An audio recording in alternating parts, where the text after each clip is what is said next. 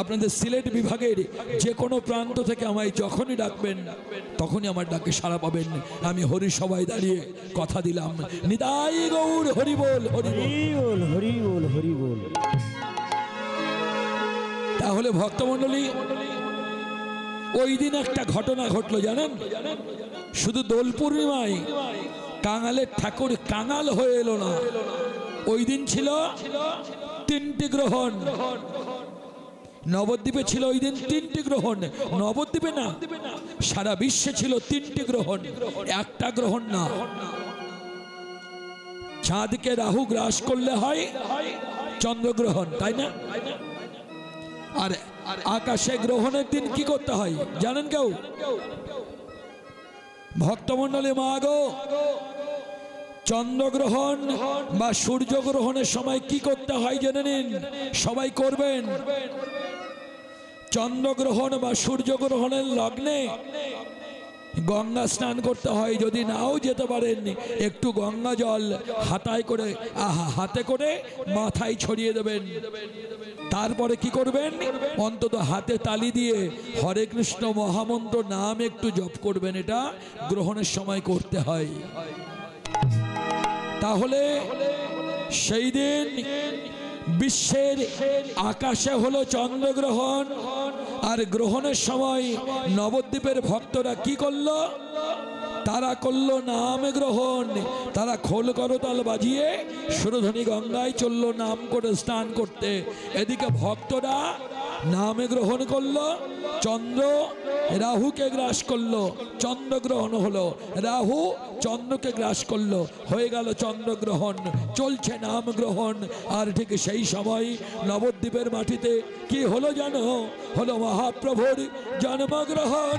মহাপ্রভুর জন্মগ্রহণ, মহাপ্রভুর জন্মগ্রহণ, ভক্তগণের নাম গ্রহণ, মহাপ্রভুর জন্মগ্রহণ, ভক্তগণের নাম গ্রহণ, মহাপ্রভুর জন্মগ্রহণ। ওগো ভক্তগণের নাম গ্রহণ, নিতাই গৌর হরি বলে। মহাপ্রভুর জন্মগ্রহণ, মহাপ্রভুর জন্মগ্রহণ, হরি হরি হরি বলে মহাপ্রভুর জন্মগ্রহণ। Excellent, keep it up, Hari বল, হরি বল। তাহলে 3টি গ্রহণ একসাথে, একটি হলো মহাপ্রভু জন্মগ্রহণ, একটি হলো ভক্তগণের নাম গ্রহণ, আর অপরটি হলো রাহু দ্বারা চন্দ্রগ্রহণ। একই লগ্নে 3টি গ্রহণ। তাই আমরা চৈতন্য মহাপ্রভুকে পেলাম কাঙালের বেশে, রাজার ছেলে ভিখারি হলো। কেন হলো? আমাদেরকে ভক্ত তৈরি করবার জন্যে। অথচ নিজে বৈষ্ণব নন, অথচ বিশ্বের বৈষ্ণব তার চরণেই প্রণাম করে। কেন? তিনি বৈষ্ণব ধর্ম কি করে রক্ষা করতে হয়, এই শিক্ষাটা আমার চৈতন্য মহাপ্রভু দিয়েছেন। হরি বল। শুধু একা নেই, সঙ্গে দিল নিত্যানন্দ। এলো নিত্যানন্দ, এলো নিত্যানন্দ, এলো নিত্যানন্দ, এলো নিত্যানন্দ, নিত্য নিত্য আনন্দ। এলো নিত্যানন্দ, নিত্য নিত্যানন্দ, এলো নিত্যানন্দ, নিত্য নিত্য আনন্দ। এলো নিত্যানন্দ, নিত্য নিত্য আনন্দ, এলো নিত্যানন্দ।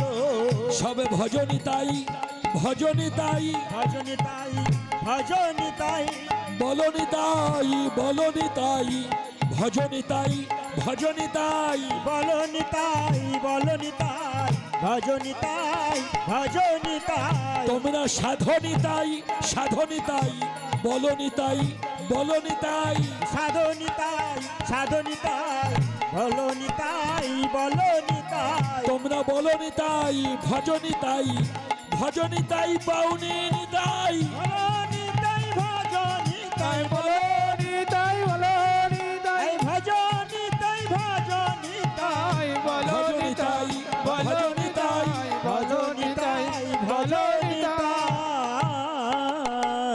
এইবার টিপস দেখুন, যুক্তি দেখুন, ছোট্ট যুক্তি দেখুন এবার, কত সুন্দর যুক্তি।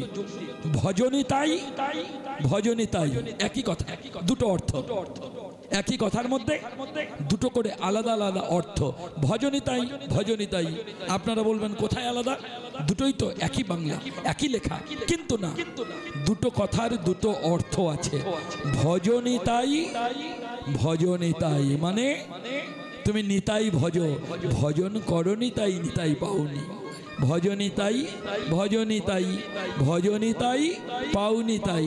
আবার বললেন সাধনী তাই, সাধনী তাই, সাধন করনি তাই, নিতাইকে পেলে না। সাধনী তাই, সাধনী তাই, তুমি সাধন করনি বলে নিতাইয়ের করুণা হলো না। বলনি তাই, বলনি তাই, তুমি বলনি তাই, নিতাই বলনি বলে তোমার নিতাইয়ের করুণা হলো না। একটা কথার মধ্যে দুটো করে অ্যান্সার, একই অর্থের ভাষা কিন্তু অ্যান্সার দুটো করে আলাদা। তুমি যদি নিতাই নিতাই বলতে তাহলে তুমি গৌরের করুণা পেতে। এই দেখুন এই ভক্তি রাজ্যটা সাইলেন্ট, এই ভক্তি রাজ্যটা সম্পূর্ণ রিলেটেড, সম্পূর্ণ একে অপরের সঙ্গে রিলেটেড। কিরকম দেখুন, রিলেটেড কিভাবে দেখুন। আপনি রাধা রাধা বললে কৃষ্ণ পাবে, কৃষ্ণকে পাওয়ার জন্য কৃষ্ণ কৃষ্ণ বলতে হবে না। এটা হলো বৈষ্ণব ধর্ম, তো রিলেটেড ধর্ম। আপনি রাধা রাধা বললে কৃষ্ণ পাবে, কৃষ্ণ কৃষ্ণ বললে গৌর পাবে। ভাবটি দেখুন কিরকম একটা সুন্দর ধর্ম। নিতাই নিতাই বললে গৌর পাবেন, গৌর গৌর বললে কৃষ্ণ পাবেন, কৃষ্ণ কৃষ্ণ বললে রাধা পাবেন। মানে একে অপরের সঙ্গে রিলেটেড। কোনোদিন মনে করলে হবে না আমি গৌর গৌর বলি বলে নিতাই নিতাই বলবো না, তা হবে না। গৌর গৌর বললে আপনাকে নিতাই নিতাই বলতে হবে। আপনি রাধা রাধা বলি বলে কৃষ্ণ বলবো না, তা হবে না। আপনাকে রাধা রাধাও বলতে হবে, কৃষ্ণ কৃষ্ণও বলতে হবে। কারণ আমাদের বৈষ্ণব ধর্মটা হলো একে অপরের সঙ্গে একটা অদৃশ্য সুতো দিয়ে একে অপরের সঙ্গে বাঁধা রিলেটেড ধর্ম। আমাদের বৈষ্ণব ধর্মটা একে অপরের সঙ্গে জড়িয়ে রয়েছে। এইবারে বলি হরে কৃষ্ণ হরি বল।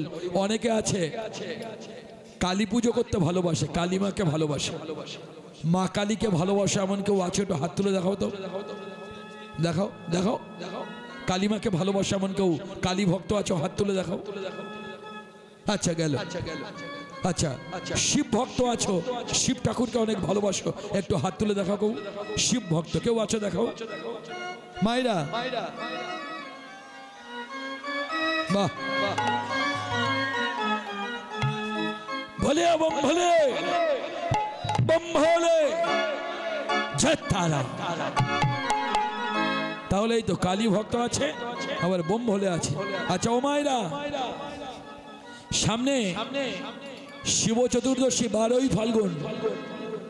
মায়েরা শিব চতুর্দশী ব্রত করেন, শিব পুজো করেন, শিবের মাথায় জল দেন। কেন দেন? হরি বল, হরি বল। মায়েরা বলুন শিবের মাথায় কেন জল দেন? এটা এটা আমার ভাই দাদা কিংবা বাবাদের জন্য না, এটা মায়েদের জন্য। এই চ্যাপ্টারটা পুরো মায়েদের জন্য। ও মা, শিবের মাথায় জল কেন দেন? শিব চতুর্দশী কেন করেন? উত্তর দিন। বলি আমার কথা কি মায়েরা বুঝতে পারছেন? পারছেন? তাহলে বলুন শিব পুজো কেন করেন? আমাদের ইন্ডিয়াতে যদি মেয়েরা হতো তাহলে মেয়েরা বলতো জানো না শিব পুজো কেন করি? বোকা, শিবের মতো বর হবে। হরি বল, হরি বল। শিবের মতো বরের জন্যে মেয়েরা শিব পুজো করে। আচ্ছা আমি শিবের একটুখানি অ্যাডভার্টাইজমেন্টটা করে দিই, শিবের একটুখানি আপনাদের ভালো করে শিবকে দর্শন করাই। শিবের মতো বর চাই। শুনুন, কোন দামি সেলুনে যায় না, চুলে জীবনে চুল কাটে না, কোনোদিন ড্রেসিং করে না, চুলে কোনো জেল দেয় না, চুলে কোনো স্পার্ক করে না, কোনো হেয়ার স্টাইল নাই, সেলুনে না গিয়ে গিয়ে চুল জটা পাকিয়ে লম্বা লম্বা হয়ে গেছে। আচ্ছা এই রকম ছেলে কি কোনো মা পছন্দ করবে? এখনকার যা মেয়ে, যদি হেয়ার স্টাইল ভালো না হয় ও চলবে না। হ্যাঁ এখন একটা ছেলেদের চুল কাটতে 4,000-5,000 টাকা খরচ, শুধু চুল কাটতে, হেয়ার স্টাইল করাতে, হেয়ার কালার করাতে, হেয়ার স্পাক করাতে, তাই না? তাহলে যদি শিবের মতো ওইরকম চুল হয়, আচ্ছা কোনো মেয়ে, কোনো সভ্য সমাজের শিক্ষিতা কোনো মেয়ে কি পছন্দ করবে ভাই? করবে কি? বিচ্ছিরি। আবার দেখুন এ গেল মাথা, মাথার দিক দিয়ে ধরি, এবার নামুন গায়ে কিচ্ছু নেই, টি শার্ট, শার্ট, দামি পাঞ্জাবি, দামি কোনো ব্লেজার, দামি কোনো স্যুট, দামি কোনো সাফারি, কিচ্ছু নেই, খালি গায়ে। আচ্ছা বলুন তো, কোনো একটা ছেলে মাথায় বড় বড় জটা, খালি গায়ে, কোনো মেয়ের সামনে গিয়ে যদি একটা হাতে করে গোলাপ নিয়ে বলে আই লাভ ইউ,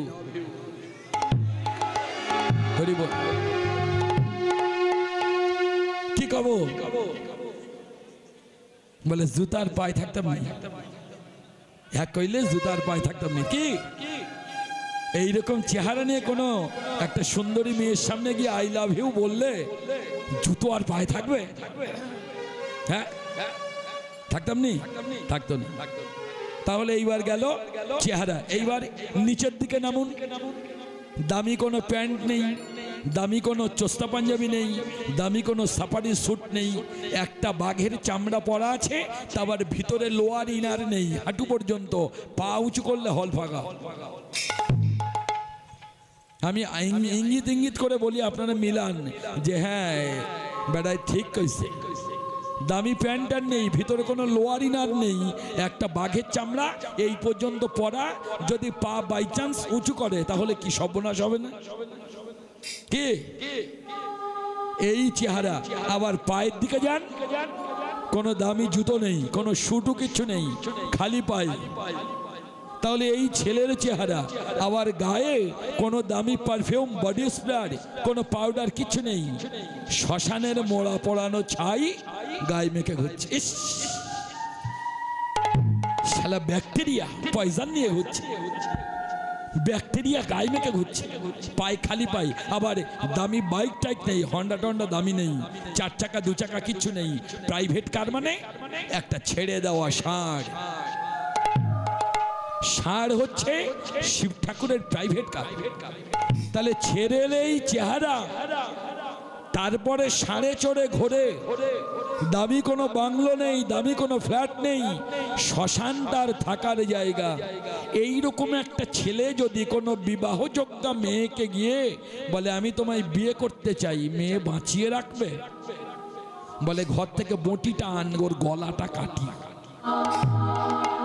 তাই না? তবু দেখুন আমার মায়েরা বলে আমি শিবের চতুর্দশী করি, শিব পুজো করি। কেন জানো? শিবের মতো বর হবে।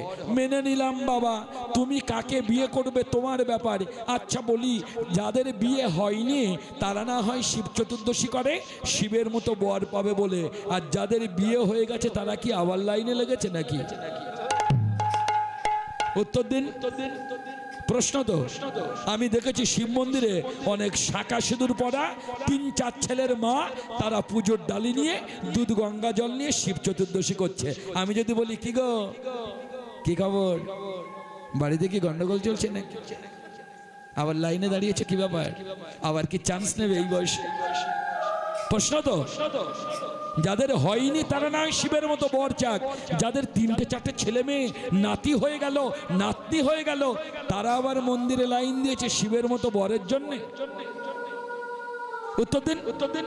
কোনো উত্তর আপনাদের কাছে নেই। শিবের মতো বর চাওয়া মানে কি জানো মা?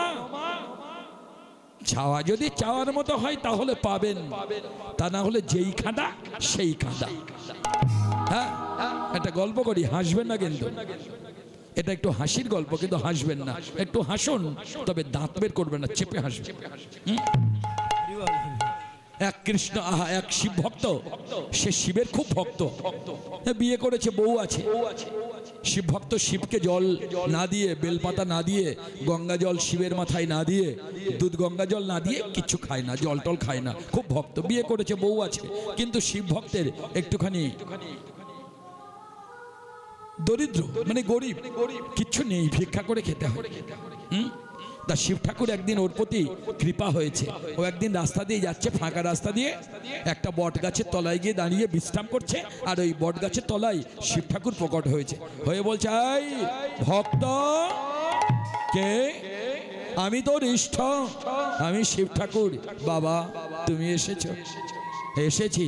ওরে ভক্ত, তোর এত কষ্ট, তোর এত দুঃখ, অথচ আমায় তুই দুধ গঙ্গা জল বেলপাতা না দিয়ে জল খাস না, তাই আমি এসেছি ভক্ত। তুই আমার কাছে কিছু চেয়ে নে, আমি তোকে কিছু দেব, যা চাইবি দেব রে ভক্ত। তোর প্রতি আমি তুষ্ট, তোর প্রতি আমি প্লেসড, আমি প্লেসফুলি বলছি, তুই যা চাইবি আমি তোকে তাই দেব। শিব ভক্ত মনে মনে চিন্তা করছে চাইবো, আবার মনে মনে চিন্তা করছে না না না না না না না, কি চাইতে কি চাইবো তার চেয়ে একটু বইয়ের সঙ্গে আলোচনা করে নি।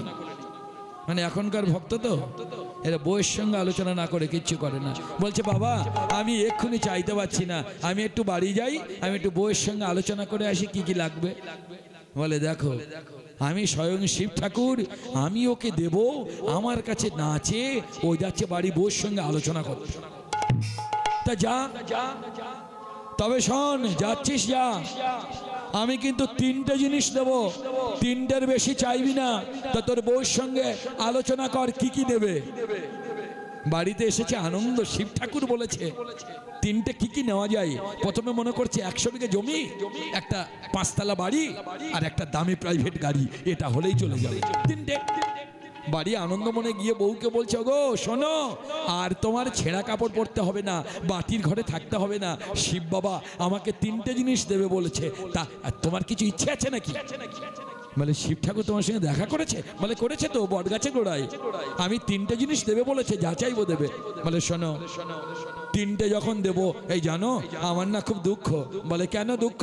বলে দেখো তোমার গ্রামে যত বৌদি বা বৌমা বা যারা আছে দেখো সবার নাকগুলো কি সুন্দর নাক, আর আমার নাকটা খাদা। সবাই আমাকে বলে নাক ভালো না, নাক খাদা। এই শোনো না, এই দেখো শোনো না, তুমি 2টো নাও, আমার একটা দাও। বলে তো কি নেবে? বলে আমার একটু ভালো একটু নাক দাও। এইটা তুমি দাও, দেবে তো বলো না। বলে ও তোমার নাকের সমস্যা, আচ্ছা ঠিক আছে, তোমার নাকের সমস্যা একটা, আর 2টো তাহলে আমি নি। বলে হ্যাঁ, তুমি 2টো তোমার মতো নাও, আর আমার একটু ভালো নাক দাও। বলবে তো? বলবো। পরের দিন সকালবেলা গাছের তলায় গিয়ে দাঁড়িয়েছি। বাবা তুমি যে বলেছিলে আমায় 3টে বর দেবে, এসো। বাবা এসে প্রকট হয়েছে। বল কি চাই? বলে শোনো বাবা, আমার 2টো পরে চাই, আমার বউয়েরটা আগে চাই। তোর বউ কি চেয়েছে? বলে বাবা কিচ্ছু না, আমার বউয়ের নাকটা ভালো না, চ্যাপটা নাক, খাদা নাক, আমার বউয়ের পছন্দ না, সবাই বলে নাক খাদা, তা আমার বউয়ের সব ভালো নাক করে দাও। বলো তোর বউয়ের ভালো নাক? বলে হ্যাঁ, আমার বউয়ের সব ভালো নাক করে দাও। বলে তথাস্তু, দিলাম। বলে আগে তুই দেখে আয়, আমি যে প্রথম বরটা দিলাম ওটা কার্যকারী হলো কি, তারপরের 2টো চাষ।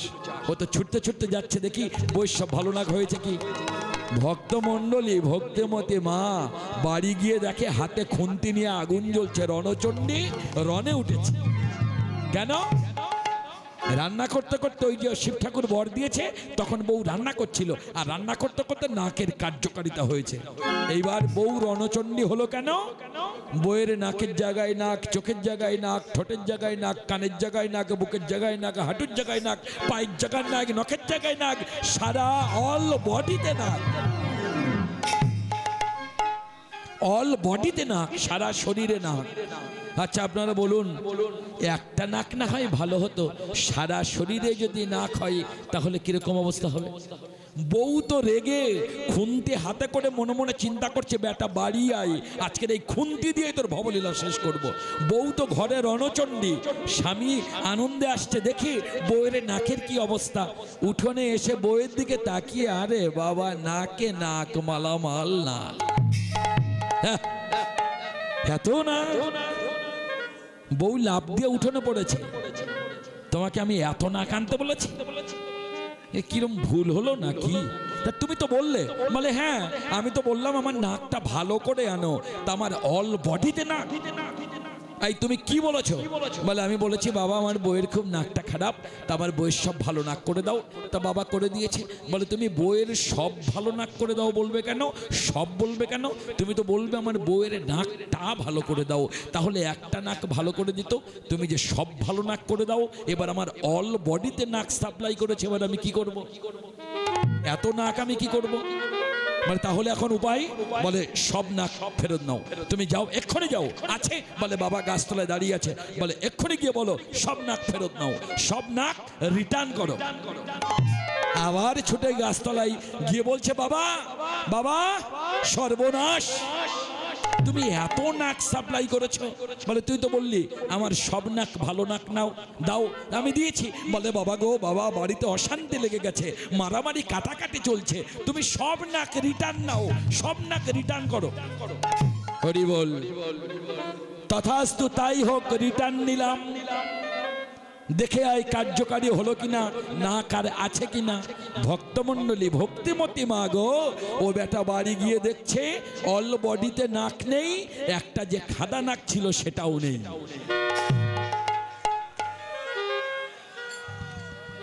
ওই যে জন্ম থেকে যে একটা খাদা নাক ছিল, চ্যাপ্টা নাক, ওই যে বলেছে সব নাক রিটার্ন নাও, শিব ঠাকুর সব নাক রিটার্ন করে নিয়েছে, সঙ্গে খাদাটাও নিয়ে নিয়েছে। এবার যদি নাকের জায়গায় নাক না থাকে, আপনারা মিলিয়ে দেখুন চেহারাটা কেমন হবে।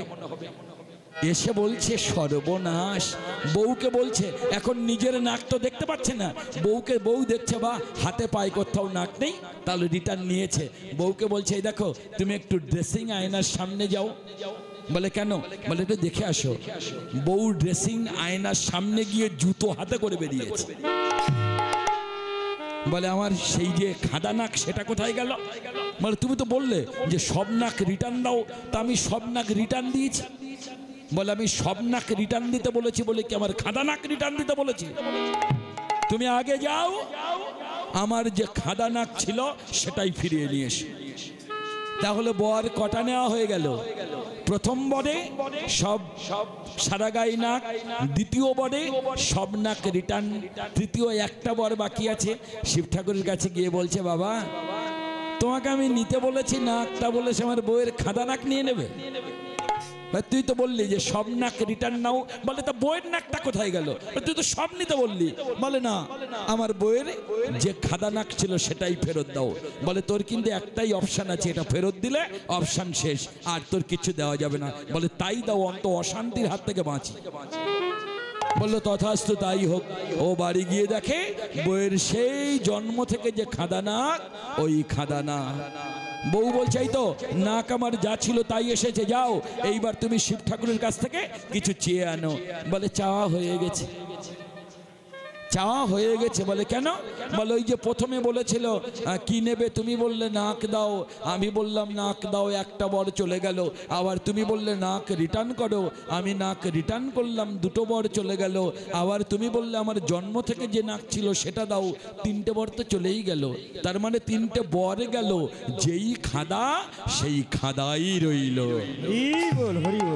কি চাইতে জানতে হয়, ভগবানকে শুধু পেলেই হবে না, চাইতে যদি না জানেন তাহলে যে খাদা সেই খাদা, খাদাই থাকতে হবে, কি আর করা যাবে। তো ভক্তমণ্ডলী, আমরা শিব ঠাকুরের কাছে কি চাইবো?